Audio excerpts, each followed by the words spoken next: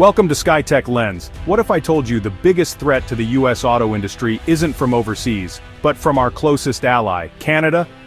It sounds far-fetched, but a quiet, calculated strategy north of the border could cripple American car manufacturing. This isn't about tariffs or political posturing anymore. It's a high-stakes economic chess match with billions of dollars and thousands of jobs at risk. Canada, often seen as the polite partner, is leveraging its unique position in the auto supply chain in ways no one expected. From raw materials for EVs to components crossing the border multiple times, Canada holds more cards than you think. As tensions escalate with figures like Trump and companies like Tesla caught in the middle, Canada's bold strategy is revealing its true power. Stick around as we pull back the curtain on this escalating trade war and its potential to reshape North America's economic future. When U.S. tariffs hit, many expected Canada to retaliate broadly. Instead, Canada delivered a masterclass in economic warfare. Canadian policymakers targeted key U.S. industries and political districts, inflicting strategic pain where it hurt most. Counter-tariffs hit everything from Kentucky bourbon to Wisconsin dairy, making influential groups feel the consequences directly. This turned a national issue into a local crisis for American communities, forcing politicians to answer to angry constituents. Canada proved it wasn't a passive partner but a formidable player with deep economic knowledge. The message: for every action, there's a calculated reaction. The impact was immediate. Farmers lost export markets, manufacturers laid off workers, and uncertainty chilled investment. Canada's response redefined the rules, making the trade war a kitchen table issue in key political battlegrounds. By targeting sensitive areas, Canada ensured the conflict would be felt where politicians could least afford to ignore it. The stage was set for a prolonged, strategic conflict. The electric vehicle revolution led by companies like Tesla is now threatened by the trade war. The EV industry relies on a global supply chain for critical materials, lithium, cobalt, nickel, and Canada is a major supplier. Canada's threat to restrict or tax these exports gives it a powerful bargaining chip.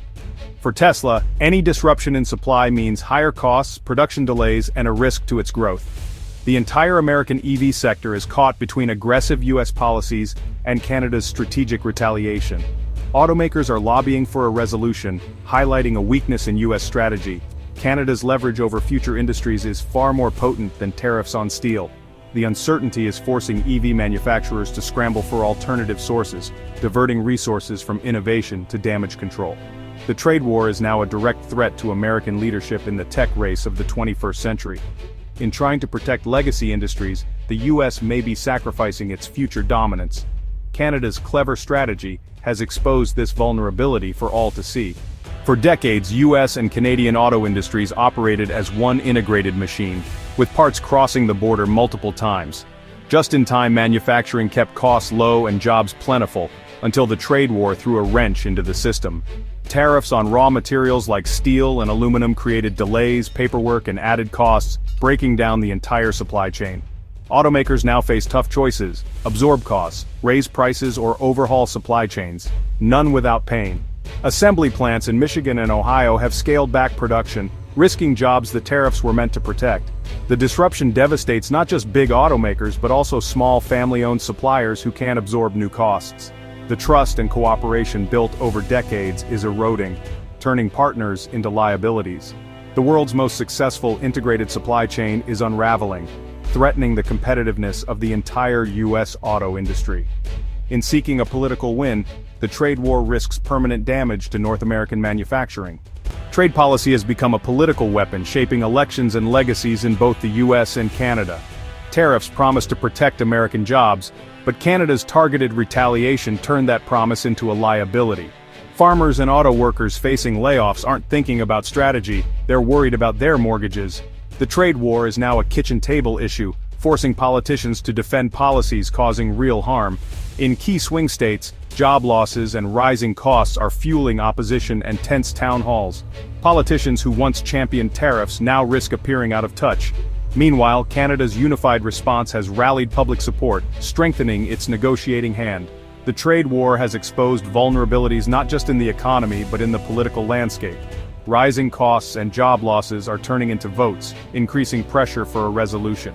The question: will this pressure lead to compromise or desperate escalation? Beyond tariffs, Canada holds a trump card: energy. The The US relies heavily on Canadian oil, gas, and electricity, a deep dependency that gives Canada immense leverage. If Canada restricted energy exports, US consumers would face soaring prices and potential shortages. But using this energy weapon would hurt both sides, risking economic chaos and shattering Canada's reputation as a reliable supplier.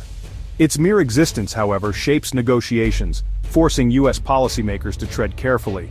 The energy card is a powerful deterrent, reminding the US that Canada can level the playing field if pushed too far. The relationship is a web of mutual dependency, where any aggressive move could backfire spectacularly. For now, Canada relies on targeted tariffs, but the energy card remains a silent threat.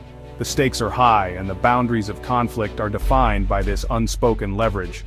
The US-Canada trade war is sending shockwaves through the global economy.